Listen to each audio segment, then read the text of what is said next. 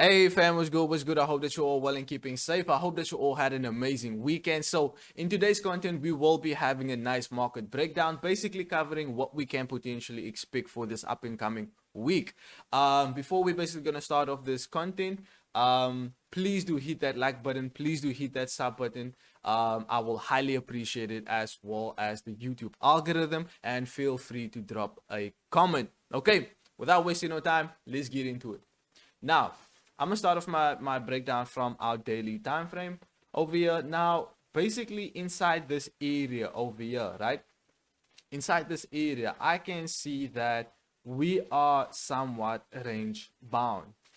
Okay, so I'm just gonna have my horizontal line drawn out from that area, and I'm gonna have it drawn out from this area over here. Now, can you guys see within this box, right? Within this box, we have respected our area of resistance once, twice over there, our area of support once, twice. Now, me, I normally consider, if I have two or more respects on my areas of support and resistance, I will consider it as range bound.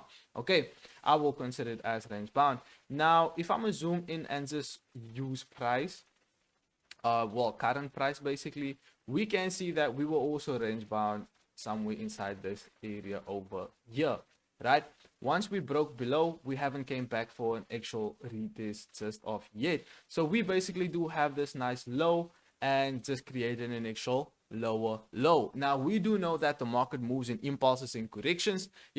After a lower low, we expect another move towards the upside, basically for an actual lower high for a potential move back towards the downside, right? Back towards the downside. Now, since we are in somewhat of a range market, we can potentially expect price to rally all the way towards the downside inside this area for a potential move back towards the upside. Now, let's scale down to our 4-hourly time frame and see what is happening on our 4-hourly time frame. If I'm gonna zoom out a little bit, obviously there's more candles. We can still see that we had multiple respects once, twice over there on our area of resistance, on our area of support once, twice over there, right? Now, let's look at what's happening at this current moment. Okay, so we can see that, after breaking this nice area over here, basically the trade I took on Friday, basically, once we broke below, we came back for somewhat of a retest, rejected this area, but I won't consider this as a proper retest just of yet. Okay, so we are now currently with a nice impulsive move back towards the downside, right? This is an impulsive move back towards the downside. So I'm expecting somewhat of an actual, a retest back towards the upside for a potential continuation move back towards the downside. Now, currently on Nasdaq, we are in no man's land. Okay, we don't want to find ourselves selling at a low. We want to find ourselves selling at a high, right? We don't want to find ourselves just buying over here. What are we buying? There's no confirmation telling me that I should, have an actual buying opportunity towards the upside. Now, if I want a buying opportunity towards the upside, what will I do?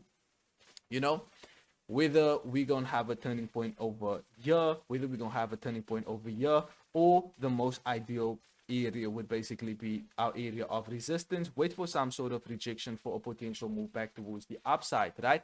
Now, this is where I'm gonna go on my 1-hourly time frame. Basically, we can see on our 1-hourly time frame, we are somewhat bearish still, right? Nice low, lower low over there.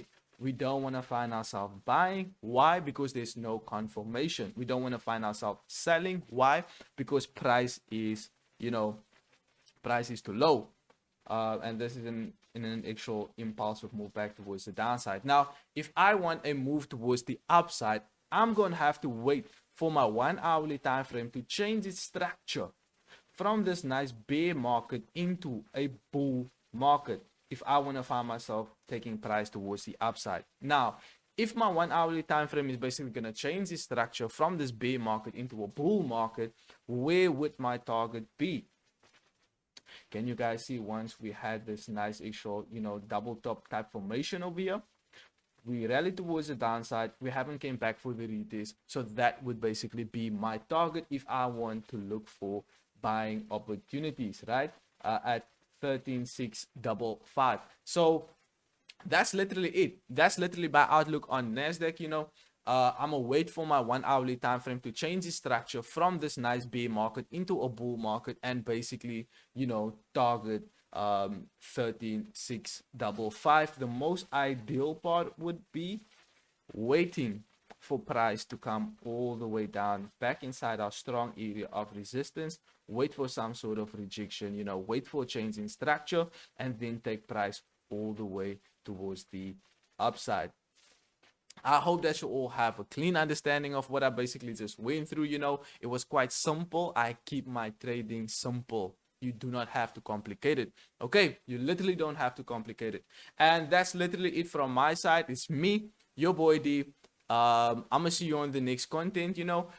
Please make sure that you use money management if you're gonna find yourself trading over the course of this week. And feel free to basically send me your results if you're gonna look, at my actual content whatsoever, and you're gonna find yourself, entering a trade whatsoever. Feel free to drop me your results on Instagram. My actual details would be in the description. Feel free. I will highly appreciate that as well. Okay, so that's it from my side. I'm out.